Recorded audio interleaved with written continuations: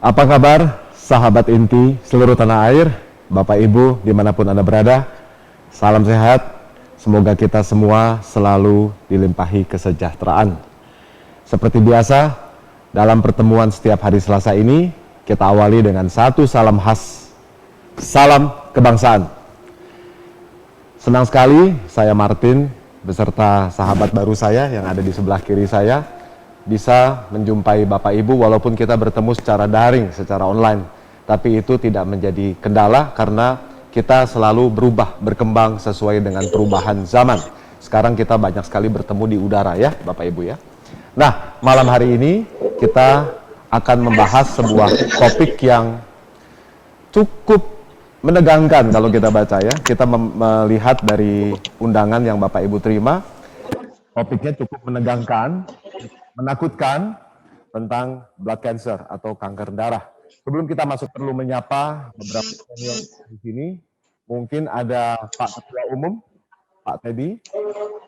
Apakah Pak Teddy ada di antara kita? Mungkin beliau akan masuk. Rupanya Pak Teddy sudah ada nih baru join. Halo. Pak Teddy, apa kabar? Baik, Pak Martin. Ceria selalu Bapak kita nih. Iya. Sibuk terus nih Pak.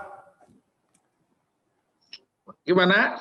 Bapak kelihatannya cukup aktif dan selalu sibuk. Sepertinya COVID nggak ada COVID, ada COVID nggak ada bedanya nih buat Bapak nih. Iya. Ya, selamat malam semuanya, teman-teman dari Inti seluruh Indonesia.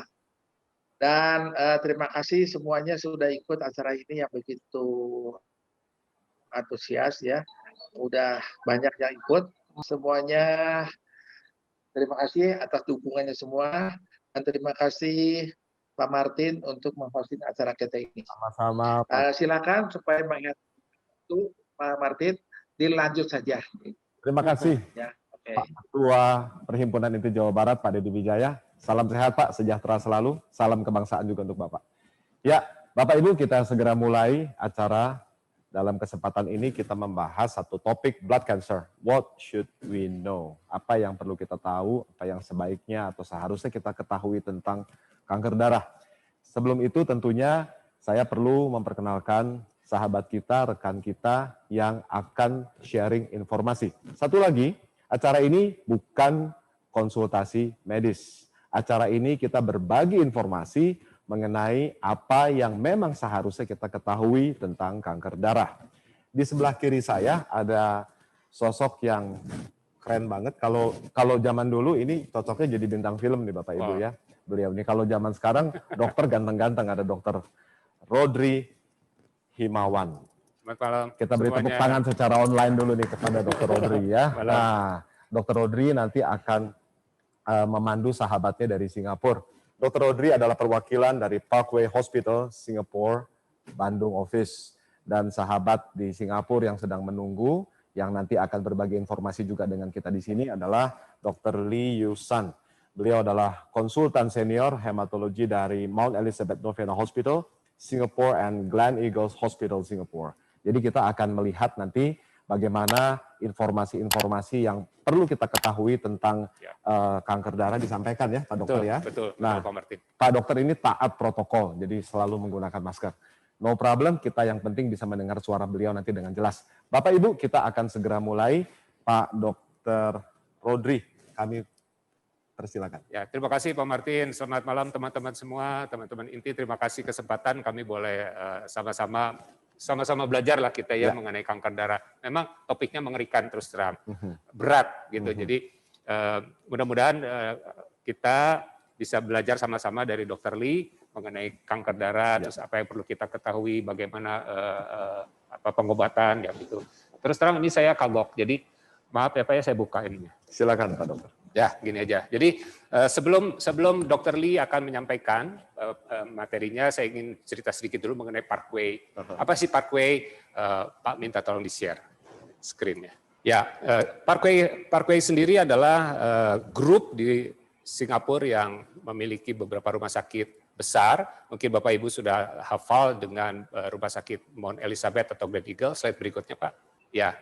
Kenapa Singapura? Singapura itu adalah hub untuk negara-negara lalu lalang di situ, hubnya termasuk medicalnya juga advance, kemudian healthcare service-nya juga baik, terus kemudian dokternya juga semua spesialisasi Pak. Jadi nggak ada, jarang kita dapat dokter internis, nggak ada Pak, karena mereka langsung dibagi-bagi internis bagian paru, internis bagian ginjal, internis. Jadi semua subspesialisasi dan karena advance-nya, jadi alat-alatnya juga semua advance. Slide berikutnya Pak.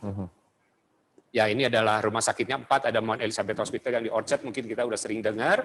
Kemudian Mount Elizabeth tempat Shirley praktek, juga kemudian ada Glen Eagles Hospital, dan yang di timur Singapura ada Parkway East Hospital. Masing-masing ada keunikan sendiri-sendiri, ada plus point-nya. Silakan Pak, slide. Ya, slide berikutnya. Jadi ada beberapa alat-alat yang canggih yang ada di rumah sakit, entah itu Mount E. Orchard atau Mount E. Novena atau Glen Eagles. Yang pertama adalah misalnya alat untuk operasi kanker tapi nggak dibuka. Non-invasif. Non-invasif. Jadi misalnya yang sulit-sulit, misalnya ada kanker di kepala, itu sulit karena kalau konvensional kan harus dibuka. Nah, kalau di tempat kami ada beberapa alat yang memang seperti ditembak begitu, kita pakainya knifeless surgery disebutnya. Ada gamma knife, ada linek, ada macam-macam alat untuk membunuh si tumornya, si kankernya, tapi nggak dibuka. Ya. Aduh, dokter ngomong nggak dibukanya sekali aja dokter. Oh iya, oke. Memang, Bapak Ibu ya, karena beliau ini dokter ya, dengan ringannya nggak dibuka. Tapi yang dibuka itu tengkorak ya. Tapi memang itu mungkin cara dulu ya dokter ya. Sekarang di Singapura sudah tidak perlu ada pembelahan tengkorak lagi ya. Tergantung kasus. Jadi tergantung beberapa kasus masih harus, tapi beberapa kasus seperti tumor yang di dalam jaringan otak itu kan nggak boleh diotik-otik, ya jadi ditembak aja pakai alat. Slide berikutnya Pak. Ya ini juga ada beberapa alat diagnostik sebetulnya, ini alat bantu. Jadi ada alat MRI tapi digabung sama PET. Apa tuh PET? PET scan tuh, mesin PET scan tuh untuk memeriksa ada kanker nggak di tubuh kita. Jadi di scan dari kepala terus sampai bawah gitu. Tapi biasanya kalau di sini yang dulu itu 2 alatnya Pak. Jadi PET scan sendiri, MRI sendiri. Tapi di Mount Elizabeth itu sudah ada 1 alat untuk PET dan MRI. Jadi pasien nggak harus 2 kali tes, 1 kali cukup aja. Ya, jadi stroke management juga berbagai macam teknik. Yang penting adalah rehabilitasi karena stroke itu ada kerusakan di kepala, tentunya rehabilitasinya harus baik. Ya, berikutnya aja ini ada beberapa gambar Bapak Ibu mengenai teknologi-teknologi ya, terutama ini pengganti mesin jantung. Jadi jantung kalau lemah harus apalagi orangnya masih muda, tentunya harapan hidupnya masih panjang. Kita bisa ganti alat untuk pompanya dengan LVAD, kita sebutnya Left Ventricular Assist Device. Itu memang bentuknya juga kayak jantung ya? Enggak. Itu ilustrasi aja. Ilustrasi ya. Saya pikir ini udah kayak bionik gitu. Enggak. Alatnya kayak pompa akuarium sebetulnya.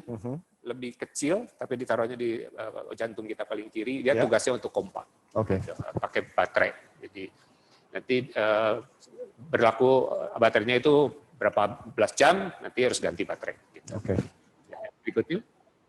Ya ini tentunya kita sering dengar ya masalah di lutut, masalah di pinggul itu banyak sekali. Cuman kalau di Singapura sudah mulai pakai robot, jadi nggak harus diganti semua. Kalau sedikit yang rusak ya sedikit aja yang diganti. Itu sudah mulai. Ya. Jadi ini tadi kita udah berikutnya lah ini terlalu rumit ya. Nah di Singapura juga ada mesin yang namanya Da Vinci. Ini alat bantu dokter untuk mengoperasi pasien yang sulit lokasinya, misalnya di prostat, misalnya di payudara, misalnya di liver, misalnya di tiroid sini, yang sulit-sulit itu bisa pakai robot yang namanya Da Vinci. Jadi dokternya kayak main game, dokternya di konsol sini, tapi robotnya di sana sama pasiennya. Sesuatu yang kita lihat di film sekarang udah betul. Come true. Betul. Luar biasa. Di Singapura sudah ada, di Parkway sudah ada. Berikutnya Pak. Ya, jadi saya tugasnya di Bandung ini apa sebetulnya gitu ya? Tugasnya tentunya menolong mereka-mereka yang perlu berobat ke Singapura, mulai dari konsul misalnya gini sakitnya apa, keluhannya apa, terus kemudian kita carikan dokter yang tepat, rumah sakit yang tepat, atur janji ketemu sama dokternya.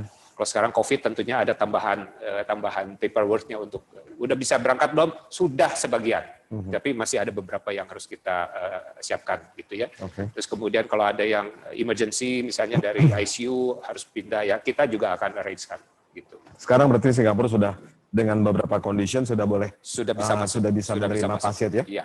Dengan seizin MOH, Ministry of Health di Singapura. Ya. Berikutnya Pak. Ya, ini kantor perwakilan Parkway Bandung, adanya di Sukamulya. Kalau dari tol Pastur, keluar Pastur, maju sedikit ada Aston, masuk ke kiri kira-kira 200 meter, jadi dekat aja kalau dari sini. Tol ke tol itu dekat. Di Sukamulya 44C. Ini memang teman-teman di Parkway Bandung memang cantik-cantik begitu, itu bukan model, dokter? Oh, itu model justru.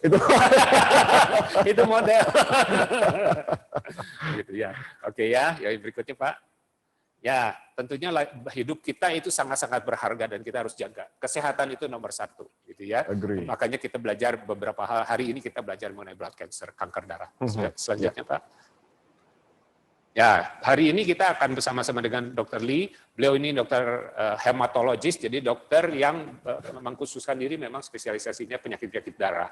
Jadi beliau banyak menangani kasus kanker darah, limfoma, mieloma, beliau juga aktif di transplant sumsum tulang, stem cell. Jadi yang urusan darah memang Dr. Lee.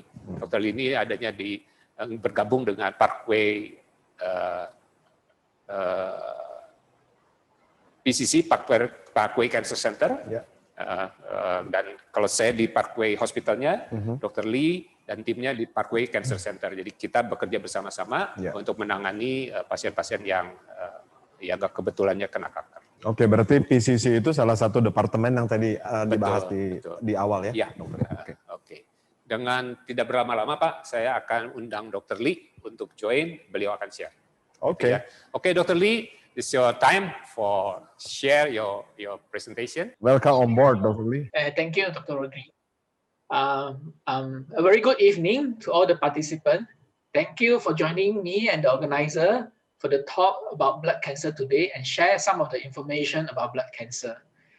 First and foremost, I'd like to thank INTI, Dr. Rodri, and Mr. Martin for organizing this and for inviting me to deliver this talk. Okay. Without further delay, we'll start this presentation. Terima kasih dari Dr. Lee, selamat sore ke semuanya. Terima kasih juga buat INTI yang sudah memberikan kesempatan Dr. Lee untuk sharing sore hari ini. Juga untuk Pak Martin tadi disebut oleh Dr. Lee. Please, Dr. Lee, continue. Now, blood cancer. The most well known about blood cancer, when everybody talk about cancer, they have the impression this is leukemia. But what exactly is blood cancer? You know, and I hope someday I will not get this question again and again, which is, what is the survival rate for the blood cancer?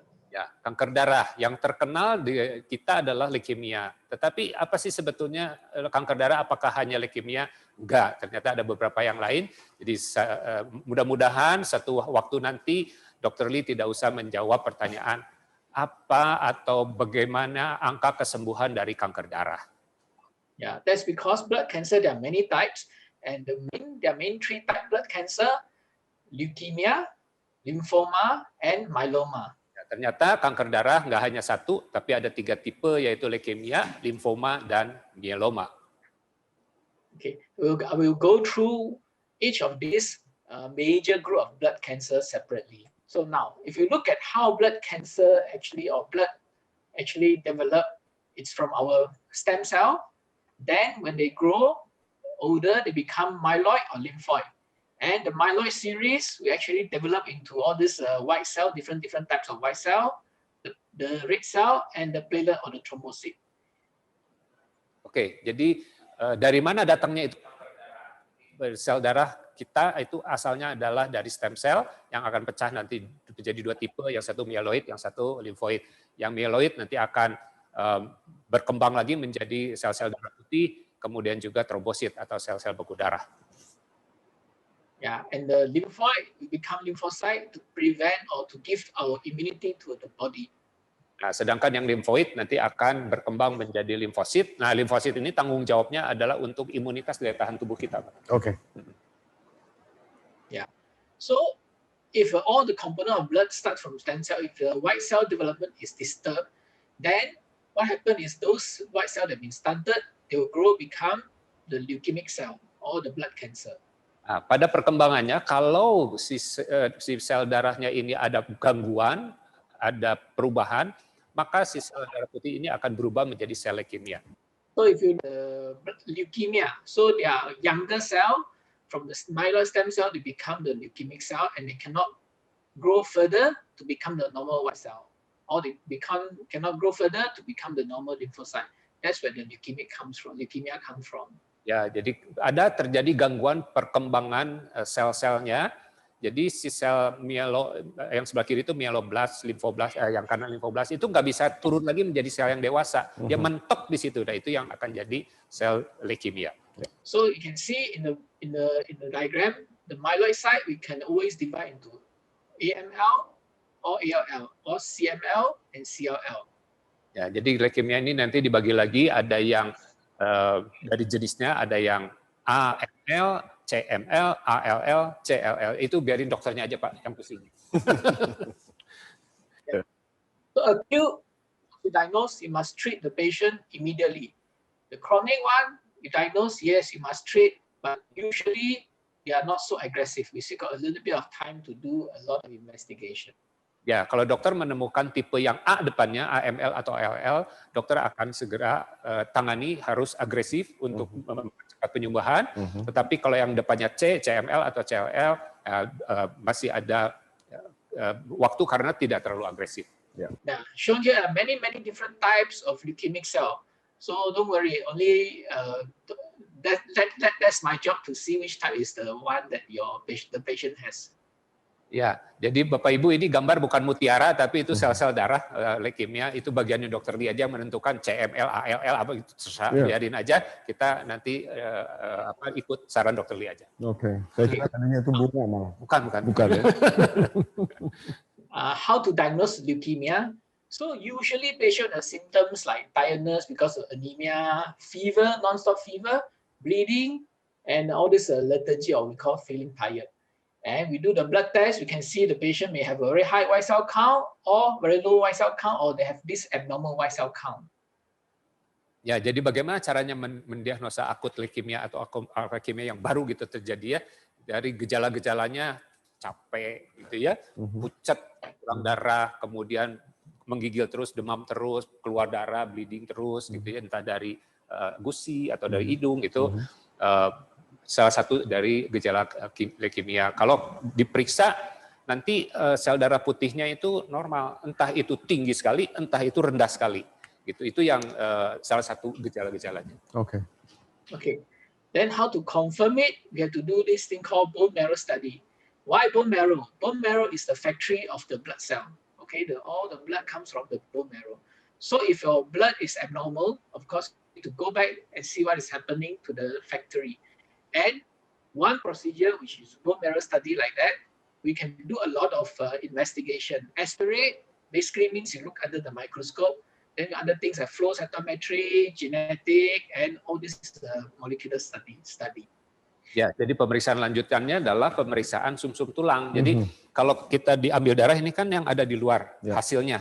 Nah, dokter harus tahu pabriknya seperti apa. Jadi yang akan diperiksa adalah sumsum tulang, bone marrow kita sebutnya, karena di situ adalah tempat produksi sel Itu darah. tulang belakang dok atau apa?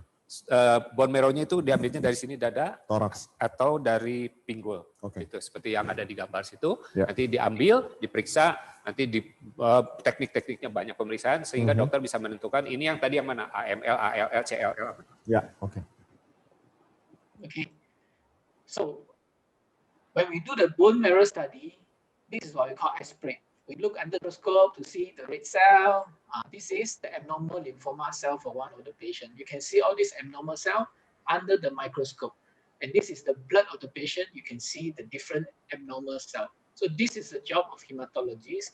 And the genetic, also we can see the genetic. The normal genetic, 46XY or XX. And if you have additional genetic changes, like for CML, you got 922, then we know this is something wrong. So this is what we do when you do the bone marrow study. Ya, jadi dokter seperti dokter Lee, dokter hematologi, dokter spesialis darah harus memperhatikan hasil-hasil seperti ini, hasil di pemeriksaan sumsum tulang. Kalau kita lihat itu ada sel-sel yang normal, ada sel-sel yang tidak normal. Nah, beliau yang harus menentukan ini tipenya yang mana. Jadi selain sel darah, juga nanti pemeriksaan genetik yang gambarnya bawah, yang 46, ada yang hijau, kuning, merah, itu beliau harus menentukan ini yang mana. Karena itu yang nanti harus yang didapat untuk menentukan pengobatannya seperti apa. Oke. Now in this current age, we cannot just diagnose and see, under the microscope and decide, oh, this patient got AML, different type of AML, what type of AML. We have to depend on newer technology, and this is what we call flow cytometry. Flow cytometry basically is a technology to recognize what kind of cell this leukemic cell is. It's like how our, like you use your iPhone, the phone can recognize it's you, then you open. Similarly, using the technology, different antibody inside, we can recognize the cell, whether they are the AML cell or the ALL cell.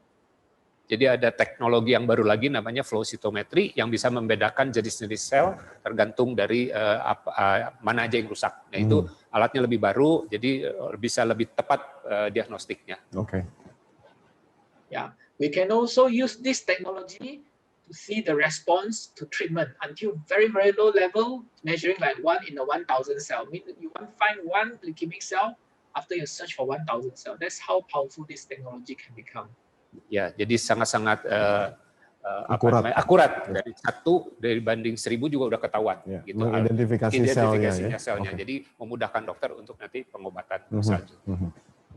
Yeah. So how to diagnose and treat leukemia? We also do all this, what we call molecular markers, a lot of numbers, but don't worry. I mean, this is what we need to do we do the bone marrow study. And of course, we got newer technology now, we call next generation sequencing. Basically, we want to detect different type of mutation because some of these mutation, we can use a medication to treat them. Ya, jadi selain yang tadi, ini ada beberapa pemeriksaan yang lain lagi. Jadi makin lama makin canggih, Pak. Alat-alat itu makin dalam. Jadi dokter lebih dimudahkan sebetulnya untuk menentukan yang mana sehingga pengobatannya lebih tepat. Seperti yang NGS itu dokter sudah bisa tahu walaupun tipenya AML ya Pak ya, acute myeloblasttic leukemia. Tetapi beliau dengan pemeriksaan itu udah tahu karena dia kan mutasi itu ada perubahan-perubahan gen. Yang mana aja yang berubah? Tipenya yang mana? Subtipenya lagi yang mana? Jadi walaupun sudah tahu AML, tapi masih bisa di trace lagi sampai breakdown lebih dalam lagi, sampai lebih detail. Jadi hebat, pengobatannya akan lebih tepat. Right. So that we know which mutation, then we have oral medication. And we also decide whether the patient has high risk or low risk, whether they need to go for bone marrow transplant later. Ya, jadi selain pengobatan juga evaluasinya bisa menentukan ini risiko tinggi, risiko rendah, apakah perlu ditransplant nggak si sum-sum tulangnya, pabriknya diperbaiki. Oke. Yeah. Okay. Now that's what finish about the leukemia. So let's go to the lymphoma. So lymphoma, as I said, these are all lymphocyte, or not all the mature lymphocyte. This is where all the leukemia come from. They are more mature as compared to leukemia where they're less mature. Ya, jadi tadi kita leukemia udah beres, sekarang kita masuk ke lymphoma. Lymphoma itu berasalnya dari sel limfoblast yang mentok, dia nggak bisa menjadi sel-sel yang dewasa. Ya.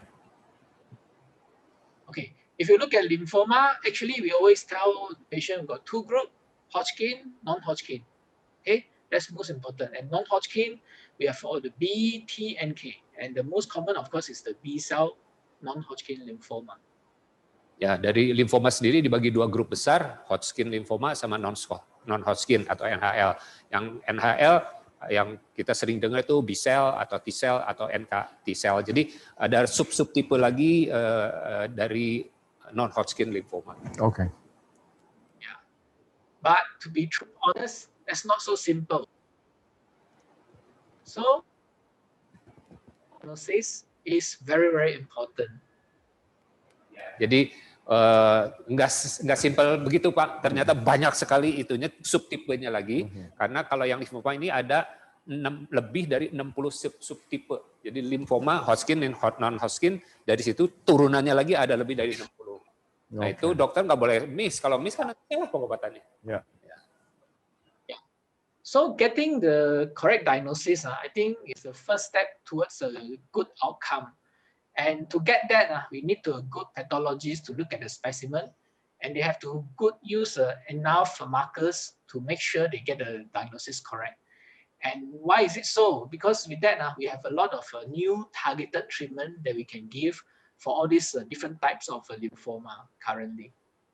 Ya, jadi kenapa dokter harus tepat mendiagnosanya? Karena diagnosa itu penting sekali untuk dokter bisa menentukan pengobatan. Sekarang banyak obat-obat baru yang targeted, Pak. Jadi spesifik untuk satu jenis tipe aja gitu. Jadi dengan alat bantu, dengan teknologi, dokter akan terbantu, juga dengan diagnosa yang tepat, pasien juga akan terbantu dengan pengobatan yang tepat. Karena sekarang obat-obat yang sekarang itu lebih sempit lagi. Spektrumnya lebih sempit lagi, jadi lebih spesifik. Ini obat ini untuk ini, obat ini untuk itu. Gitu. Nah, itu nggak boleh salah. And shown here are many different types of lymphoma cell actually. We can recognize it, but we also need to use other technology to confirm what we are looking at. Itu gambar-gambar sel limfoma bermacam-macam jenisnya, biarin itu dokter Lee aja lah. Okay. Lymphoma, classically, they have alcohol intolerance. You drink alcohol, the whole body become very, very red. These are the few symptoms of lymphoma. Bisa kita temukan pada mereka-mereka yang terkena limfoma yang pasti adalah ada benjolan. Benjolan dari kelenjar getah bening. Pembengkakan. Ya. Itu entah itu di leher, entah itu di selangkangan atau dimanapun gitu ya. Okay. Itu ada. Pasti itu ya, dokter? Iya, karena dia kenanya ke kelenjar getah bening. Nah, kemudian ada juga yang mengeluh fever, demam, tapi nggak tahu apa gitu penyebabnya. Batuk bukan, ini bukan, itu bukan, terus dari mana gitu. Itu yang kadang-kadang suka timbul, terus kemudian keringetan malam-malam. Kadang-kadang kalau diperiksa memang drop itu si limfositnya turun. Jadi ada jenis-jenis tertentu memang turun. Yang seperti yang tadi capek, leles gitu kan, lemes itu memang ada karena jelas sel darahnya kan kurang gitu ya. Kemudian kalau yang berat memang jadi susah untuk bernapas juga jadi berat. Suka begitu dan pada mereka-mereka yang suka minum alkohol kadang-kadang malah jadi nggak tahan terhadap alkohol. Okay. Ya. How to diagnose lymphoma? We need to do and other things like CT scan or PET CT scan. Ya, jadi bagaimana kita mendiagnosa limfoma yang pasti si kelenjar getah beningnya harus dibiopsi atau pemeriksaan dari bone marrow seperti yang tadi.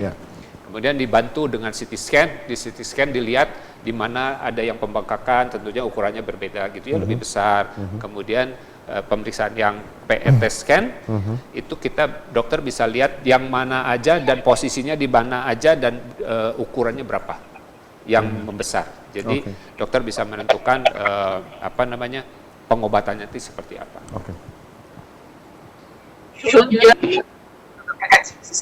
Kita bisa lihat di situ ya dok ya? Ya sebelum di treatment sama setelah di treatment ya? Betul. Nah yang merah-merahnya hilang tuh. Ya. How to make sure that the what is good? See, this one they say is a large B-cell lymphoma. So bad. Within one sentence or two sentences, that's not good enough. Okay? You have to see there are a lot of markers being like CD20, there are a lot of stuff. Means they have used enough markers. Oke, jadi untuk diagnosa jadi untuk diagnosa limfoma nggak cuma satu pemeriksaannya Pak, tetapi harus banyak karena tipenya kan banyak. Jadi dokter harus menentukan lebih detail, lebih jelas ini tipenya yang mana. Jadi dari yang tadi yang lebih dari 60 subtype itu. Jadi banyak yang harus diperiksa, misalnya BCL2, CD10, ini itunya harus banyak supaya dokter bisa menentukan ini yang limfoma yang mana tipenya gitu. Subtipenya yang mana. Berarti di situ Dr. Rodri kita bisa lihat kalau yang satu even negatif, yang lainnya bisa jadi positif ya. Betul. Kombinasinya yang harus ya. For example, for this, then this key 67 is how fast the cell grow. If you're 100%, almost like as a Burkitt's lymphoma. Okay, so this is some very, very aggressive lymphoma that we are seeing here. Okay, so the pathologist report is very, very important, and we always take a very detailed look at that. It is important you look at the whole report, like 1-2 sentence, no CD, whatever. Maybe you have to ask for a second opinion. But if like very, very good one, you order of all these markers, then we are sure the report is quite good. Jadi contohnya yang seperti ini, ada pemeriksaan yang memang pemeriksaannya banyak gitu, dia bisa menentukan bahwa tipenya ini adalah kita sebutnya penyakitnya Burkitt lymphoma, itu sangat-sangat agresif, cepat sekali gitu nyebarnya. Nah, dengan tepatnya diagnosa tentunya akan menolong dokter untuk memberikan treatment kepada pasien dengan tepat. Yang mana? Yang mana? Gitu. Okay. Yeah. So that's the lymphoma. So finally is myeloma or multiple myeloma. Now, multiple myeloma, the incidence is increasing with the aging population. Most commonly is seen in elderly because they gain more and more genetic mutation. And they actually, if you say multiple myeloma, because the patient got multiple choice of treatment and how they present also very, very variable. Usually, the affect the bone, and patient may have a bone fracture, especially the elderly, suddenly fell and then have big bone fracture. Oke, yang terakhir adalah multiple myeloma, jadi kan leukemia, limfoma, yang terakhir myeloma. Nah, myeloma ini berkembang dengan bertambahnya usia, karena banyak ada kerusakan genetik di kita, di tubuh kita. Jadi makin ada umur, resiko untuk terjadinya myeloma juga akan makin besar. Nah, tentunya dokter akan bisa dapat gambaran apakah ini seorang myeloma atau bukan dari gejala-gejalanya, dan biasanya yang kena adalah tulang besar. Jadi kalau ada tulang besar yang tiba-tiba patah, nggak ada angin, nggak ada hujan gitu Pak, tiba-tiba patah, dokter harus curiga ini myeloma. Gitu. Dan itu harus diperiksa lebih detail lagi. Okay. What is multiple myeloma? So multiple myeloma happen because of this abnormal cell called plasma cell.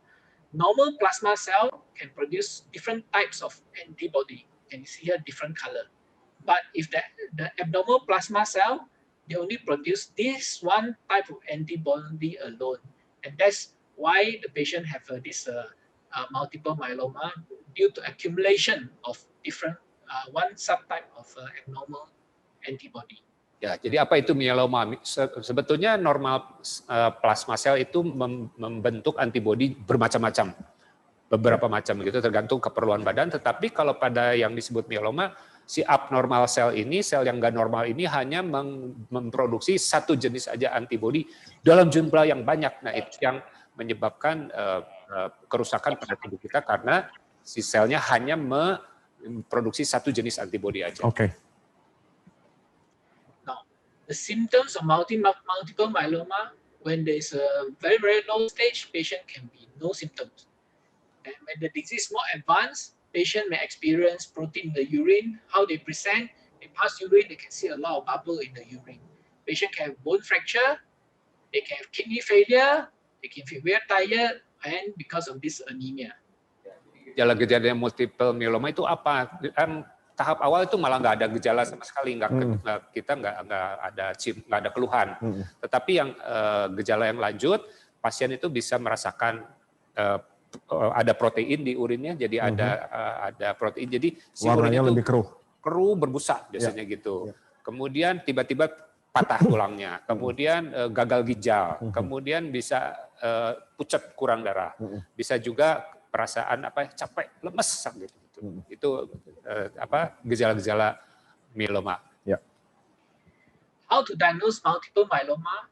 As I mentioned, we have abnormal antibody. So our job is to detect this abnormal protein in the blood or in the urine. And that's why you use this thing called serum and urine electrophoresis and immunization like this. So our job here is to detect this abnormal antibody here. Okay. Other technology we can use X-ray to detect all this fracture, right? You can see the fracture here. You can do an MRI or even a PET CT scan. And this shown here, this one is the bone marrow X-ray. You can see a lot of plasma cell. Ya, jadi bagaimana kita mendiagnosa multiple myeloma? Tentunya dari pemeriksaan darah, pemeriksaan urin, nanti kita pemeriksaan serum, urin, elektroforesis, itu teknik-teknik pemeriksaan. Dokter bisa menentukan ini sehat atau enggak sehat, kemudian yang abnormalnya itu yang mana. Kemudian ada juga pemeriksaan yang lain, misalnya ronsen, itu kelihatan Pak yang tanda panah tuh merah, yaitu tulang tengkoraknya itu nipis, jadi ada ada kayak lubang-lubang kecil-kecil di situ. Kemudian yang bawah itu tulang belakang sini, ada yang pecah satu, nah yang ada tanda panahnya. Terus itu yang sebelah kanannya itu tulang kaki patah juga di situ. Nah yang dokter yang harus cari adalah yang sebelah kanan yang warna merah, itu gambaran imun. Nah yang abnormal itu yang merah, itu yang harus dicari. Oke. Okay.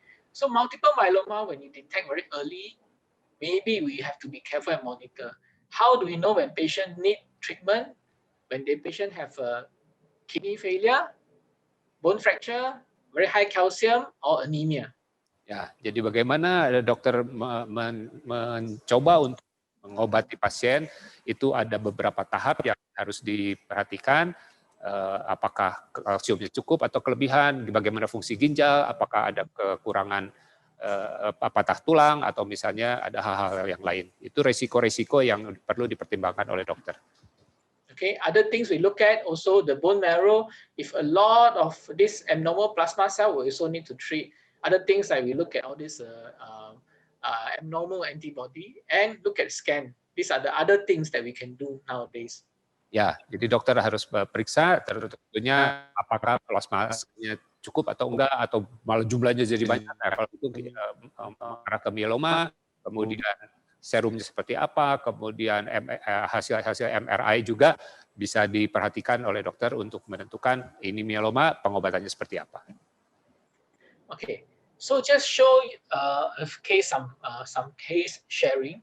So this is a 45-year-old gentleman who presented with lethargy, gum bleeding, and also a lot of menses flow for 1 week. And he came to the emergency. We can see that the hemoglobin is very, very low, anemic.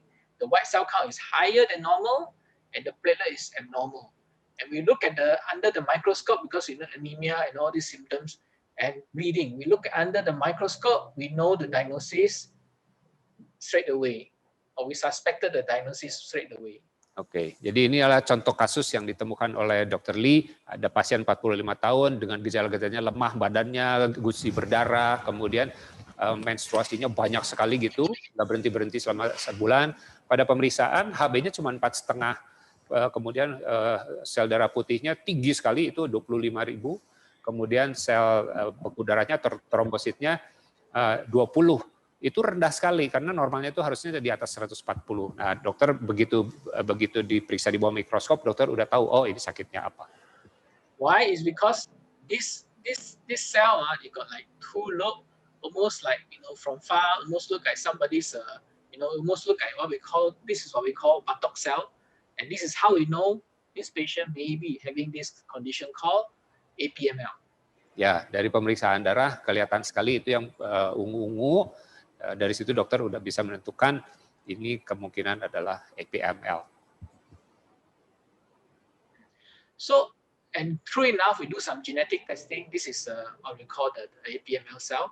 Previously, this is one of the most life-threatening acute leukemia.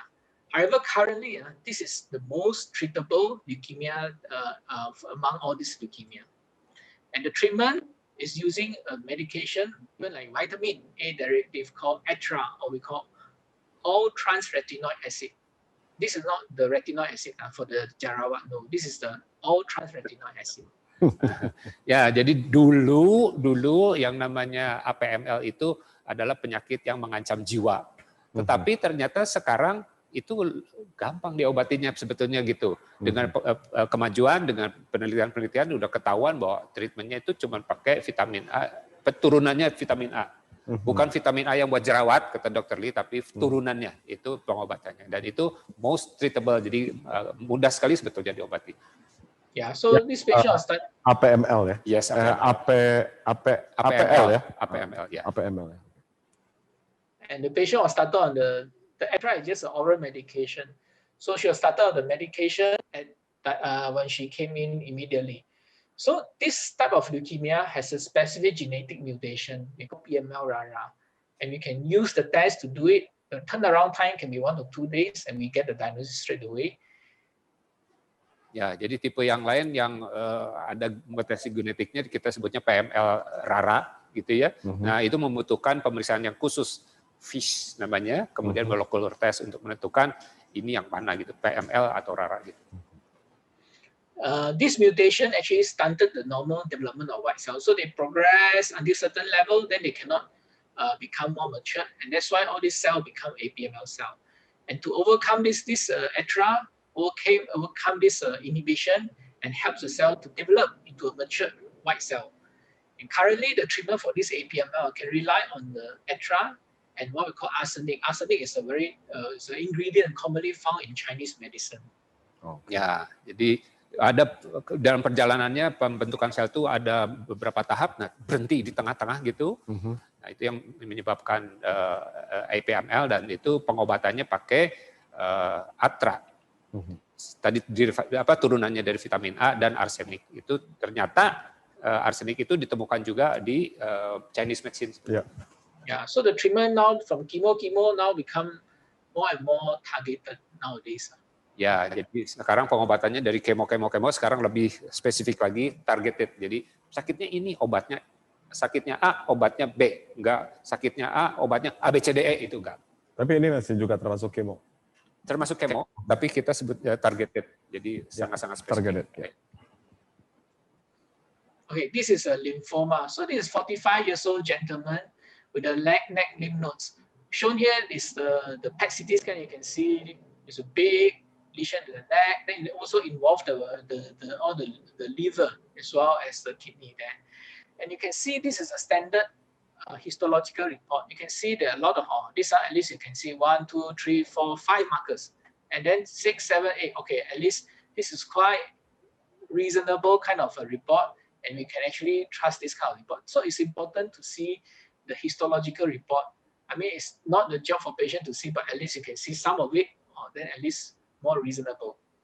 How to confirm actually must be seen by a pathologist. Oke, jadi ini contoh salah satu kasus lagi, 4 orang laki-laki 45 tahun dengan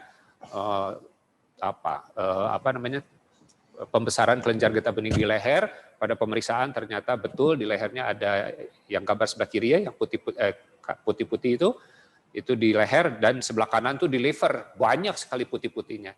Dan pemeriksaannya banyak yang jenisnya, tadi Dr. Lee udah sebutkan 1, 2, 3, 4, 5, 6, 7, 8, cukup untuk spesifik untuk menentukan bahwa ini adalah GCB subtype. Jadi karena banyak udah lebih detail. Ini berarti limfoma dari subtype yang 60 itu. Betul, salah satunya. Yeah. So patient was treated with the standard, chemo like R-CHOP, and then he after 3 cycles then go into remission rate. Ya, di pengobatannya dengan kemo udah 3 kali putaran gitu, 3 kali cure, sembuh. Oke. Yes, of course, patient is continuing to receive his the 5th and 6th cycles. Ya, tentunya pengobatannya harus diselesaikan tadi kemonya 3 sampai 5 kan, supaya betul-betul habis gitu. Okay, now we talk about the disease, then we talk a little bit on the treatment. So the treatment actually varies depending on the disease, the age of the patient as well, and the fitness of the patient. And most of the time, we try to achieve cure.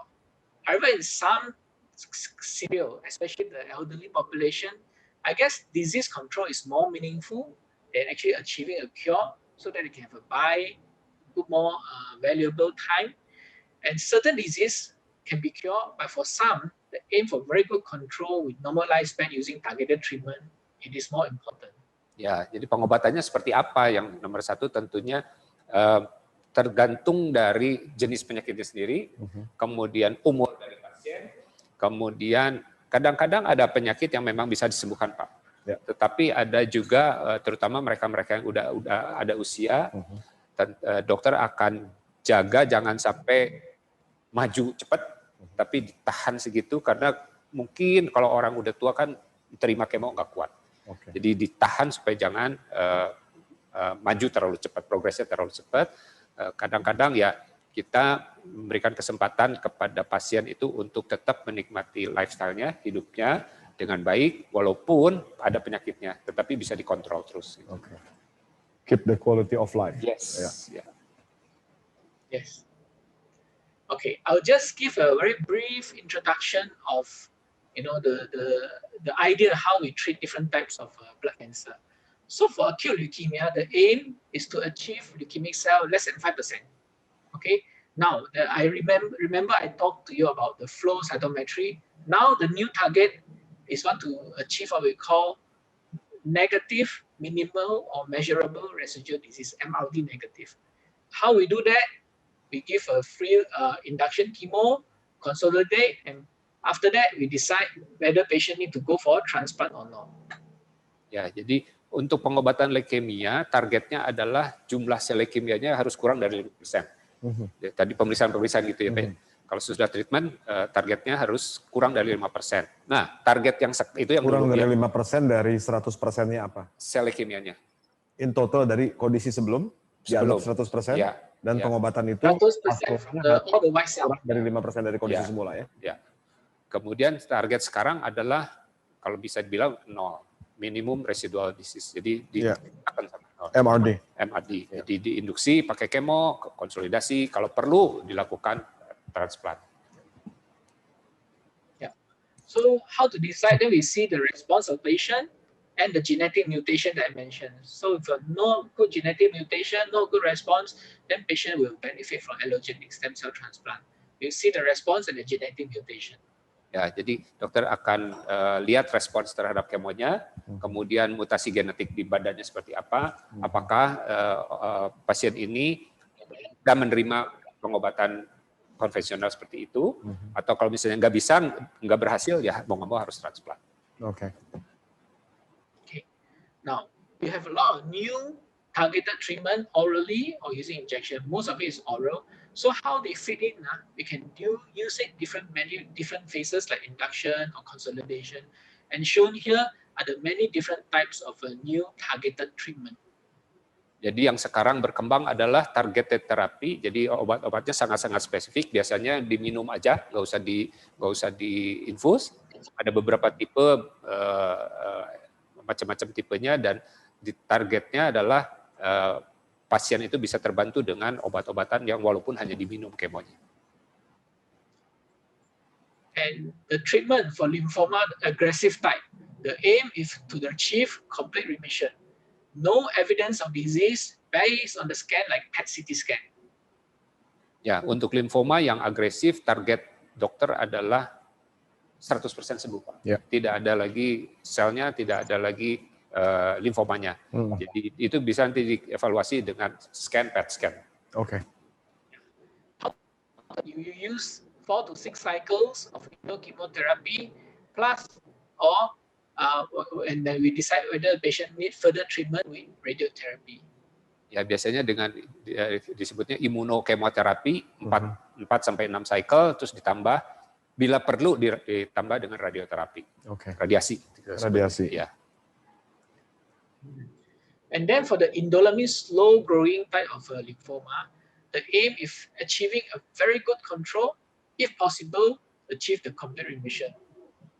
Ya, untuk we can do that by using a chemotherapy. Or now in new age, we are using this thing called targeted treatment orally using oral medication. Ya, untuk tipe-tipe limfoma yang majunya lambat, targetnya adalah penyakitnya bisa dikontrol atau dengan pengobatan harus sembuh semua. Jadi targetnya seperti itu. Dokter akan kasih target treatment yang seperti tadi obat-obat yang spesifik, minum aja seperti kita minum obat biasa. Oke. Now for multiple myeloma, it is a little bit more complicated. Usually we divide the patient into transplant eligible or transplant ineligible. How do we see that? Based on the fitness of patient. And usually, traditionally, we put a age cutoff of 65.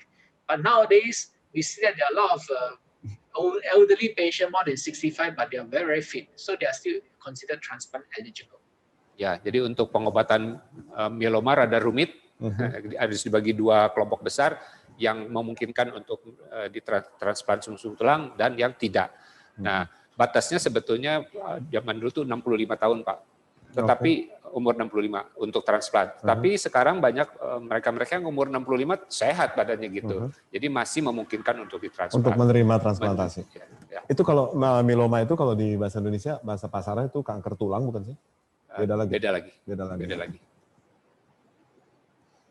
Oh, okay. So this is what we do for multiple myeloma. We give some treatment. Nowadays is also targeted treatment for multiple myeloma. Then we consolidate it with the transplant and then maintain it with some oral medication. Unfortunately, patient may relapse in the future. So how to avoid that is we can see that this is the place where the tumor burden of the myeloma cell is the lowest. If we can prolong this, then maybe we do not have all this relapse. And the way to do it is using a new targeted treatment. Ya, jadi pengobatan mieloma itu ada kemo dulu, kemudian induksi, konsolidasi, dan terakhir maintenance itu sekarang kan pakai yang diminum itu. Itu kalau kita lihat gambar grafik yang bawah, itu yang paling bawah yang dibunderin itu adalah jumlah sel mieloma yang habis pada waktu pengobatan. Dokter akan usahakan grafiknya di bawah terus, jangan ada sel yang baru lagi. Di maintainnya pakai targeted terapi, obat kemo targeted terapi yang diminum. Jadi terus pasien ini akan minum obat untuk menjaga grafiknya tetap sel mielomanya nggak muncul lagi. Ya.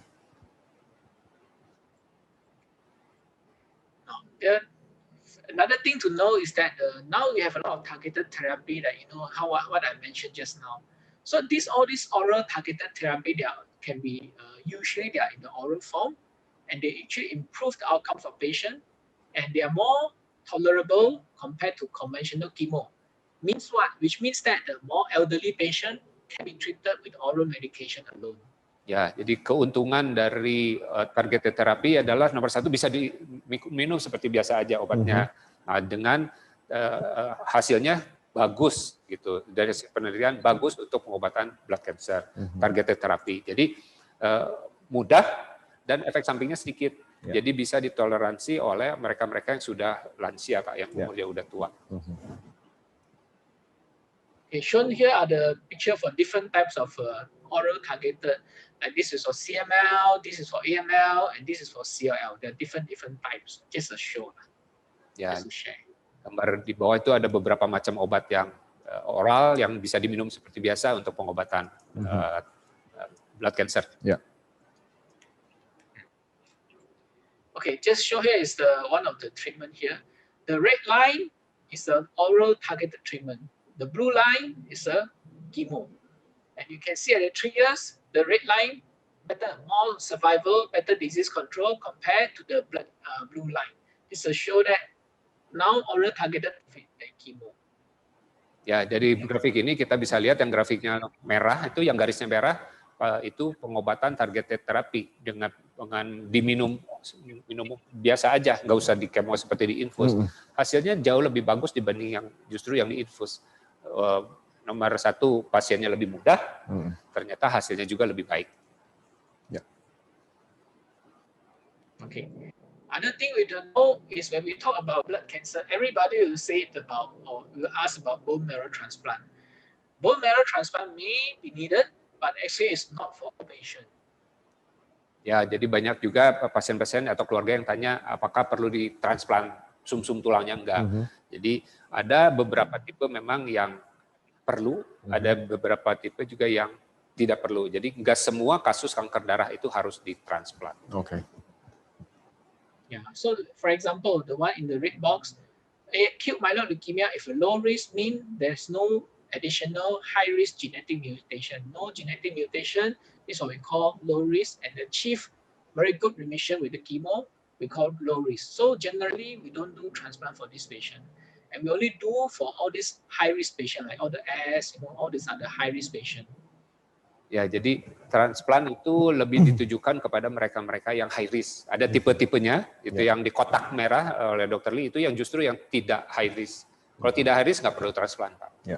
Jadi cukup diobatin aja. Tapi kalau yang high risk, very high risk, mau nggak mau pasien disarankan untuk transplant. Oke. Yeah. So bone marrow transplant usually you do for leukemia and MDS, depending on the genetic profile and diagnosis, and also the response of patient. And all the relapse or refractory leukemia will benefit for transplant. Jadi siapa aja yang perlu ditransplant kira-kira gitu ya. Nomor satu adalah mereka-mereka yang terkena leukemia akut, MDS, kemudian tergantung nanti hasil pemeriksaan genetik pasiennya sendiri, diagnosanya apa dan respon pasien terhadap pengobatan. Kalau gagal kemo, gagal targeted terapi mau nggak mau harus ditransplant. Kemudian mereka-mereka yang relapse itu udah sembuh, terus muncul lagi. Sembuh, muncul lagi. Nah mau nggak mau itu lebih baik ditransplant. Yeah. Whereas for lymphoma, most of the time we don't do transplant unless the patient has relapsed or refractory disease. However, for myeloma, multiple myeloma, most of them will benefit for transplant if their fitness permits. Ya, jadi kalau untuk limfoma sendiri kebanyakan tidak perlu transplant kecualinya relapse. Kemudian myeloma, memang myeloma ini sangat baik atau ada keuntungannya kalau dilakukan transplant. Transplantasi sum-sum tulang. Ya. So we talk about transplant, usually we divide into using other people's stem cell or using your own stem cell. Using other people's stem cell we call allogenic. It can be from family members or it can be from unrelated donor. Ya, jadi transplant sendiri sum-sum tulang itu dibagi dua. Sumber donornya itu ada yang dari diri sendiri, ada yang dari orang lain. Orang lain itu maksudnya keluarga atau bahkan orang asing. Bukan yang tidak termasuk keluarga lah. Yeah. The autologous stem cell transplant means using your patient's or the patient's own stem cell, and nowadays we have newer technology we call CAR T cell. Ya, sedangkan yang dari sendiri, ambil dari darah sendiri, stem cell sendiri, atau teknologi terbaru yaitu CAR T cell. Ya. Okay, what is the aim of autologous stem cell transplant? Basically, is to deliver high-dose chemotherapy. Now, the theory is if the patient, can respond well to the conventional low-dose chemotherapy or standard dose chemotherapy, then a higher dose chemo will be more effective. So you give patients standard dose chemo. If responds well, then we follow by high-dose chemotherapy. So the idea is want to kill off all residual lymphoma or myeloma cell, and then reinfuse own stem cell to rescue the bone marrow so the white cell count can come out after that. Ya, jadi tujuan dari yang stem cell yang dari diri sendiri adalah untuk memungkinkan si pasien ini mendapat kemoterapi yang dosis tinggi. Ya. Jadi kira-kira diambil dulu stem cellnya, badannya ini disterilkan gitu kira-kira Pak. Nah, udah beres, nanti baru dimasukin lagi. Itu yang autologous. Yeah. And for allogenic, it's almost the same thing. We want to deliver high-dose chemo to kill off all the residual leukemia in the marrow. Of course, the high-dose chemotherapy may kill the stem cell. So we kill the patient, and these stem cells, when they grow up, they can actually be like policemen. If they find any leukemic cell, we hope they can kill it. But that's what we call graft versus leukemic cell effect. Ya, jadi kalau yang allogenik sebetulnya mirip-mirip aja. Jadi, cuman ini si donornya dari orang lain. Jadi pasiennya dikasih kemo dosis tinggi, itu jadi pabriknya juga semua dibersihin, terutama dari sisa-sisa sel, dimatiin dulu semua, baru dimasukin lagi stem cell yang baru. Kira-kira gitu untuk ngeriset Pak, ngeriset si pabriknya ini untuk jalan lagi dari awal lagi. Nah, keuntungannya kalau yang allogenik ini ada juga sel-sel, kalau misal muncul jenis sel darah yang lain, misalnya leukemia sel, dia bisa dimakan lah dari sel yang dibentuk oleh transplant dari orang lain itu. Yeah. Okay. Shown here in the picture how we collect a stem cell using a machine we call peripheral stem cell harvesting. This one, bone marrow harvesting, this is more well known. All the movie will actually show this, but this is basically in a safe manner, and this is how we do the bone marrow harvesting. Ya, gambar bawah itu menunjukkan cara-cara bagaimana ngambil stem cell, yang satu pakai mesin, yang satu disedot dari tulang dada atau dari tulang pinggul. Biasanya yang mudah lebih dari tulang pinggul. Most commonly we use this technology now, the peripheral stem cell harvesting. Nah, yang sekarang dilakukan lebih justru the stem cell donor.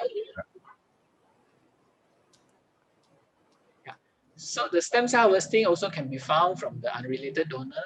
How we do that? We use a bone marrow donor program, and the one in Singapore, we always try to look for it worldwide. All the way, we can be from Singapore, can be from Taiwan, can be from China, all the way to Canada. That's what we are doing currently. Ya, jadi kalau yang donor orang lain itu nemunya dari mana? Gitu kan kira-kira pertanyaannya gitu. Karena kan harus match antara yang si donor sama yang penerima itu harus match. Ada pemeriksaan-pemeriksaannya. Nah, kalau di tempatnya Dr. Lee ada bone marrow donor program. Jadi program mereka-mereka yang mau mendonorkan stem cell-nya, sehingga nggak hanya di Singapura, di negara-negara lain juga ada, sehingga mudah sekali untuk cari yang match. Apakah misalnya pasien di Singapura, apakah nanti donornya orang Singapura atau dari Taiwan atau dari Hong Kong atau dari mana, itu mencari yang match genetiknya. Yang match itu mudah sekali dengan program ini. Jadi stem cell disimpan setelah diambil atau kalau diperlukan baru donornya dipanggil? Harus donornya dipanggil, nggak bisa disimpan. Jadi, saya pada cerita, Pak. Jadi ada anak umur 12 tahun waktu itu ke kanker darah, bawa ke Singapura, itu di keluarganya nggak ada yang cocok. Nah, rumah sakit, tim Dr. Lee ini ya pakai program itu ya Pak ya, cari kemana-mana, 1 hari dapat dari Hong Kong. Ya, jadi donornya terbang Singapura, diproses, ditransplant, sembuh. Jadi karena linknya kuat kan mereka. Jadi nggak hanya misalnya keluarga aja atau hanya dari Singapura saja, enggak. Tapi dari seluruh dunia bisa. Cepat sekali. Thank you, Dr. Lee. Please continue. Yes, that's very true. Okay, so the challenges in the allogenic stem cell transplant is of course the side effects. This is what we call graft versus host disease, and usually it can affect the skin, affect the gut, and the serious one, it can even cause other things, the injured kidney and the liver. So these are the side effects of this allogenic stem cell transplant, which is why we need to look for a good match before we do the bone marrow transplant. Ya, jadi kalau kita transplantasinya dari orang kan tentunya nggak bisa 100% sama. Betul. Pasti ada beda sedikit. Nah, si beda sedikit ini kadang-kadang jadi masalah. Misalnya ngeganggu liver lah, ngeganggu ginjal lah, atau misalnya ngeganggu kulit lah, macam-macam. Jadi diusahakan matchingnya itu lebih banyak, lebih banyak yang matching, akan lebih baik hasilnya. Baik. So finally, we have because of the side effects from the graft versus host disease, we have a newer technology called CAR T cell. So basically, this is takes patient's own T cell, shown here like 1, 2 patient T cell.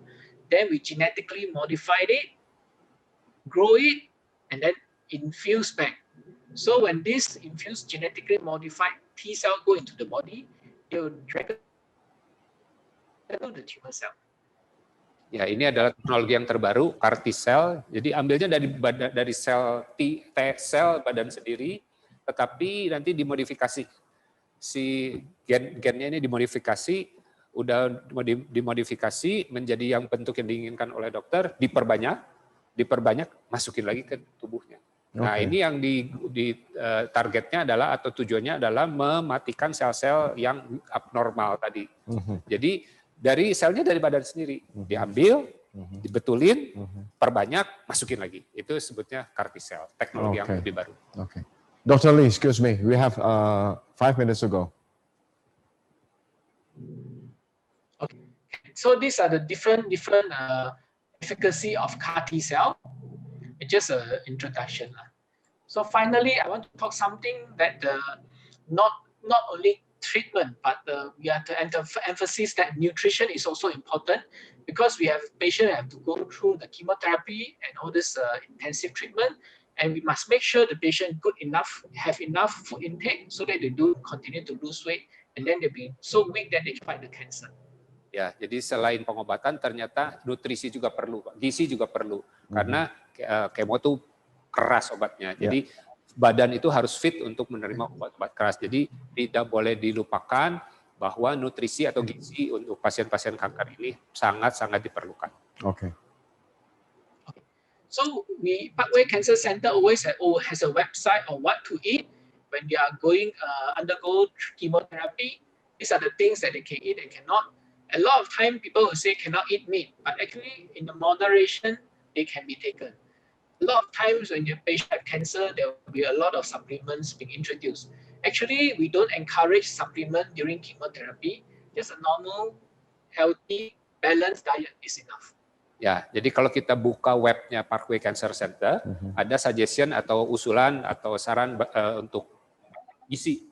Apa yang boleh, apa yang nggak boleh, itu ada di webnya. Nanti Bapak Ibu bisa buka, Pak Martin juga bisa buka. Kemarin ini kan kita dapat informasinya nggak boleh makan daging gitu kan. Tapi ternyata hasil penelitian sekarang sih boleh. Justru protein kan perlu. Justru yang tidak disarankan itu ya suplemen itu, vitamin itu tidak disarankan. Gitu. Jadi balance nutrisi itu jauh lebih penting daripada kita tambah-tambah nutrisi dari luar. Nutrisi yang alami ya mungkin. Yang alami betul, yang fresh kalau itu. So during treatment, personal hygiene is also very important. Something like COVID, you wear a mask, wash your hand, keep environmental clean, and eat well-cooked food. That's good enough. And then shown on the right-hand side here, a very good, healthy or clean living environment will help during the course of treatment. Ya, justru yang lebih penting lagi adalah kebersihan pribadi, kemudian rumah juga bersih. Untuk apa? Untuk menghindari infeksi. Kita tahu bahwa mereka-mereka yang kanker darah itu daya tahan tubuhnya turun karena ada masalah di sel darahnya. Kalau kita punya rumah yang bersih, cuci tangan, pakai masker, itu akan menolong jangan terkena infeksi. Finally, support from family and friends is important, and this will help the patient go through this difficult time. Of course, spiritual support always play an important role during the treatment. Ya, dukungan dari keluarga, dari teman-teman juga sangat perlu untuk pasien-pasien yang menderita kanker, Pak. Kemudian spiritual juga, rohanian juga itu juga penting untuk meningkatkan jiwanya, Pak ya, jangan sampai sakit. Itu perlu. Komunitas juga perlu. Yeah, finally, the journey with the blood cancer, you never walk alone. We have all the support from the doctors, from all the nurses, from the team to go help the patient go through this difficult journey. And finally, we have a difficult 2020. And here, wishing all of you a better and more prosperous 2021. With that, I would like to thank all of you for your participation. Ya, yang terakhir adalah kita nggak akan berjalan sendiri kalau kita pun amit-amit kena blood cancer atau kanker apapun, kita nggak akan jalan sendiri karena dokter, perawat, teman-teman, keluarga, kemudian supporting group juga akan menolong tetap pasien ini tetap bisa melanjutkan kehidupannya dengan baik. 2020 kata Dr. Lee ini kacau, mudah-mudahan di 2021 seperti di gambar itu akan lebih ceria, akan lebih berhasil tahun depan dibanding tahun ini. Luar biasa. Thank you Dr. Lee. Terima kasih Dr. Audrey. Terima kasih Pak Martin. Apakah Dr. Lee sudah selesai? Sudah. Oke, kita beri tepuk tangan untuk Dr. Lee secara online. Big hand to Dr. Lee. Nah, Bapak Ibu, memang topiknya kalau kita padatkan ini Dr. Lee luar biasa, dibantu Dr. Audrey yang menerjemahkan dengan sangat sempurna. Terima kasih kepada kedua narasumber, di mana kita bisa punya informasi dan pengetahuan tentang kanker darah. Kalau kita bikin satu summary singkat, kanker darah itu adanya kelainan pada pertumbuhan sel darah, di mana itu dibagi 3, ada yang disebutnya leukemia, limfoma, dan miloma ya. Nah, leukemia itu ya kalau kita sudah cukup tahu itu di mana pertumbuhan sel darah putih yang tidak sampai pada tahap atau maturity level ya disebutnya ya. Lantas yang kedua limfoma itu ada pembengkakan di kelenjar limfoma, dan yang miloma itu adanya salah satu simptom atau gejalanya adalah pengeroposan atau di mana tulang itu dapat terjadi retak atau patah secara tiba-tiba misalnya seperti itu. Tadi Dr. Lee juga sudah menjelaskan di mana cukup rumit kalau kita mengidentifikasi penyakitnya, seperti yang tadi Dr. Audrey juga sudah sampaikan untuk limfoma sendiri ada 60 subtipe di di jenis penyakit itu, di jenis kanker darah itu. Lantas tadi beliau juga sudah menyampaikan mengenai jenis-jenis pengobatan dari yang cukup simpel, kalau yang tadi Dr. Rodri katakan, yang dengan oral ditelan, mungkin bentuknya kapsul atau tablet, sampai yang memang pengobatan yang sudah sampai ke tahap transplantasi di mana diperlukan pencangkokan sel dari luar ya kepada tubuh kita, atau mungkin sel itu sumbernya dari tubuh kita sendiri, dari keluarga atau dari orang lain. Dari apa yang tadi disampaikan, intinya memang dukungan dari keluarga orang-orang terdekat adalah yang utama, ya dokter ya. Dan Parkway tidak membiarkan siapapun yang ada dalam situasi yang tidak mengenakan itu untuk berjalan sendiri. Parkway siap menyediakan banyak sekali bantuan, banyak sekali pertolongan, banyak sekali advice yang bisa membuat situasi mudah-mudahan menjadi lebih baik ya untuk si pasien. Yang pasti adalah Perhimpunan Inti selalu ingin membantu Bapak Ibu untuk bisa menjadi teman seperti apa yang tadi Dr. Lee dan Dr. Rodri sampaikan, kepada Bapak Ibu yang memerlukan informasi lebih jauh tentang cancer atau layanan kesehatan yang lain. Apabila Bapak Ibu ingin dapat informasi itu, bisa menghubungi Perhimpunan Inti atau langsung ke Parkway. Apabila ada sesuatu yang mungkin kurang tepat, ada informasi yang kurang tepat, membuat Bapak Ibu kurang berkenan, kami mohon maaf, waktu juga yang mengharuskan kita untuk pamit, karena Bapak Ibu pasti harus istirahat, beraktivitas untuk besok juga, menyiapkan vitalitas Bapak Ibu. Terima kasih kepada Dr. Lee, teman-teman Parkway, dan kepada Dr. Rodri, luar biasa. Terima kasih. Apabila ada kesalahan, sorry for any mistakes, Dr. Lee. Sampai bertemu lagi. Ya, terima kasih banyak. Sampai Bapak Ibu, sampai ketemu lagi hari Selasa depan dengan informasi yang lain. Saya Martin dan teman-teman dari Perhimpunan Inti, seluruh pembawa acara, seluruh pendukung acara di sini, dari mulai Ibu sutradaranya, Ibu Ben, teman-teman di sini, Pak Ridwan, Pak Lukas, Pak Dava, semua. Terima kasih, sampai kita ketemu lagi. Salam kebangsaan.